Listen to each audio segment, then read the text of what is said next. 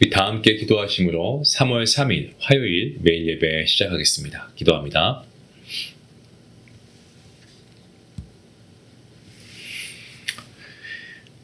사랑의 하나님 감사합니다. 오늘도 이 시간 우리를 예배 자리로 불러주시니 감사합니다. 우리가 화면을 통해서 말씀을 듣는 자리입니다. 하지만 그렇다고 해서 우리가 허투루 이 말씀을 그냥 듣고 흘리는 것이 아니고 우리의 중심을 하나님 앞에, 하나님의 말씀 앞에 세우기를 원합니다. 우리 안에 영적인 무감각함 하나님 깨워주시고 우리의 주님, 영혼이 정말 주님을 갈망하고 열망하는 귀한 시간이 될 수 있도록 하나님 함께 하여 주시옵소서. 말씀 앞에서 변명하지 않게 하시고 회개할 것은 회개하게 하여 주시고 붙들어야 할 약속은 굳게 붙들 수 있도록 우리 성도님들의 믿음을 붙잡아 주시옵소서. 그리하여서 우리가 예배가 마친 후 다시 일상으로 돌아가지만 오늘 받은 말씀의 은혜, 그 말씀의 씨앗이 우리의 말과 선택과 관계와 삶 속에 귀한 열매로 맺히게 허락하여 주시옵소서. 몸이 연약한 지체들이 있습니다. 아버지, 질병으로 눈물 흘리는 주의 종들이 있습니다. 하나님께서 기억해 주시고 사랑하는 아들, 딸들의 아버지 아픈 곳을 치유하시고 하나님 말씀을 통하여서 위로하여 주시옵소서. 감사하며 예수님의 이름으로 기도하옵나이다. 아멘. 찬송가 322장 함께 하시겠습니다.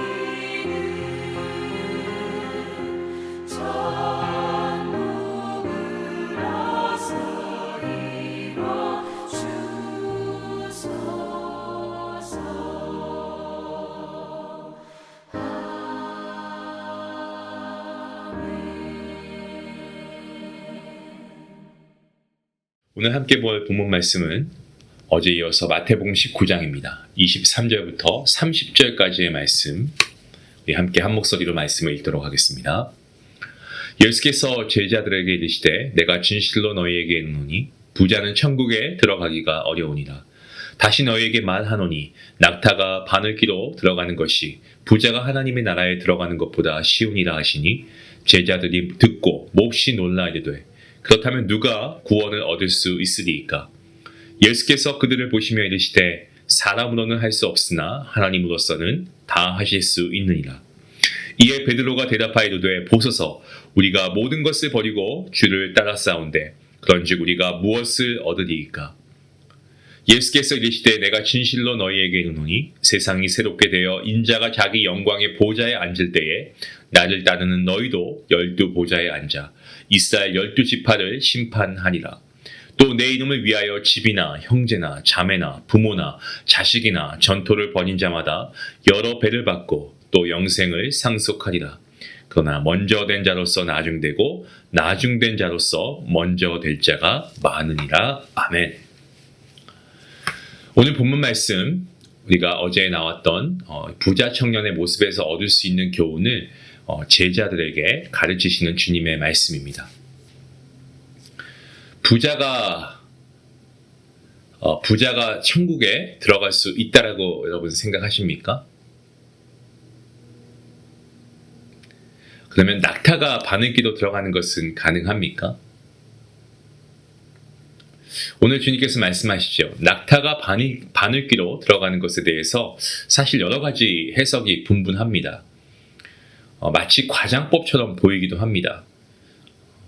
성경에 이런 말씀이 있잖아요. 형제의 눈 속에 있는 티는 보고 너의 눈 속에 있는 들보는 깨닫지 못한다.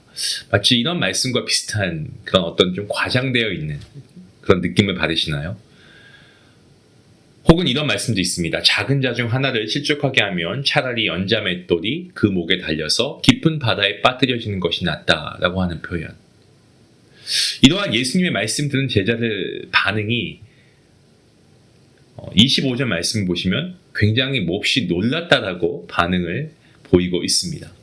그럼 누가 구원을 얻을 수 있습니까? 라고 반문하죠. 제자들은 이러한 질문을 하면서 굉장히 큰 좌절감을 느꼈을 겁니다. 예수님을 찾아온 부자 청년은요, 그 어느 면으로 봐도 제자들보다 좀 못한 면이 없었습니다. 그러니까 부족함이 없었어요, 그 청년은. 그 사람은 세상적인 조건을 고루고루 잘 갖추었을 뿐만 아니고 종교적인 열심도 있었으니까요. 근데 저런 사람도 하나님께 인정을 받지 못한다면 아니 그럼 과연 누가 인정을 받을 수 있단 말인가 하는 그러한 탄식 섞인 그러한 놀라움이 아니었을까 생각을 합니다. 본문 26절 말씀을 보시면 예수께서 그들을 보시며 이르시되 사람으로는 할 수 없으나 하나님으로서는 다 하실 수 있다라고 주님께서 말씀하십니다. 그러니까 영원한 생명, 이 구원은 사람이 어떻게 해서 얻는 것이 아니고 하나님께서 사람들에게 주시는 은혜의 선물이라는 거죠. 그러면 우리가 예수님을 찾아온 이 부자 청년처럼 이렇게 살지 않아도 되냐라고 질문했을 때 그건 아니죠. 그러니까 말씀에 순종해서 우리가 더 바르고 더 의롭게 살아야 됩니다. 단지 그렇게 살기 때문에 영원한 생명을 얻는 것이 아니다라고 하니까 그냥 대충 살면 되겠지 이게 아니고 이미 구원을 얻었으니까 이제 된 거 아닌가 이런 게 아니라 하나님의 자녀답게 살아야 한다는 겁니다. 그런 삶을 통해서 우리가 더 거룩을 이루어가기 때문에 그렇습니다. 예수님의 다음 설명 27절부터 30절까지의 말씀을 보시면 부자 청년에 비하면 베드로가 가진 것은 정말 적었을 거라고 생각합니다. 하지만 우리가 모든 것을 버리고 주님을 따랐습니다 라는 베드로의 고백을 주님께서 귀하게 받아주십니다. 그래서 영생을 상속하리라 라고 주님께서 말씀하시기도 하시죠. 부자 청년은 내가 무엇을 해야 영생을 얻겠습니까? 라고 주님께 질문했습니다. 그는 영원한 생명을 자기의 어떤 행위나 노력으로 인해서 얻을 수 있는 것이라고 착각했습니다. 하지만 주님께서는 영생을 상속하리라 라고 말씀하십니다. 무엇을 말씀하시는 걸까요? 영원한 생명은, 영생은 스스로 노력해서 얻는 것이 아니고 받을 수도 없고요. 노력해서 받을 수 있는 것이 아니고 하나님께서 우리에게 주시면 그때 가능하다는 거죠. 그래서 이 영원한 생명 구원은요. 그래서 우리가 하나님의 선물이라고 하지 않습니까? 부자 청년은 영원한 생명을 얻기를 원했습니다. 그러기 위해서는 오직 영원한 생명을 주시는 하나님을 힘으로 삼아야 하는데 자기 자신이 의롭다고 생각하는 삶과 자신이 가진 재산을 힘으로 삼았다라는 것을 우리가 봅니다. 그래서 그는 결국 쓸쓸한 뒷모습을 보이고 맙니다.